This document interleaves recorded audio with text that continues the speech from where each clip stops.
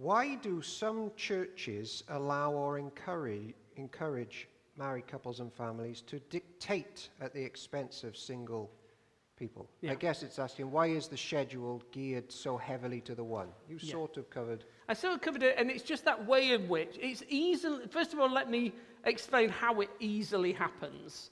And it's not necessarily just that the families dictate it, but you've got the school calendar with terms and things like that, and it's very easy to just end up planning things around school terms and holidays, and then it's like, oh, well, the schools are on holiday now, therefore we won't do things at church.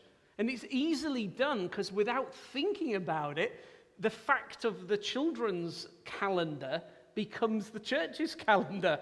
And you might say, but there's hardly any. Why is the church organised around that? It shouldn't be done. It shouldn't be done, but it can easily be done just because it's not appreciated. And so, I think that's an important point. That it's good to have church aspects of our church, big church family, aspects of that thinking about families and children, but not the entire thing, because as we said, the majority of people who come to church are not families with children. So the majority of church life, it shouldn't be organised around that. It just so often has been. And I think it's just good to flag that up. And I often, when I visit churches, just flag up, how do you organise yourself? So that, say, throughout some holiday, are you continuing to care for single people? Or is the whole church basically shut down? Well, it's school holidays, isn't it?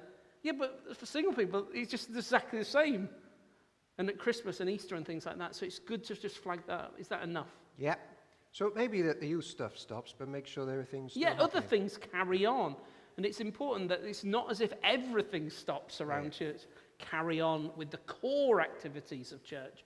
And of course, just quickly as well, it just also flags up that sense in which church is not just us meeting together once a week or something.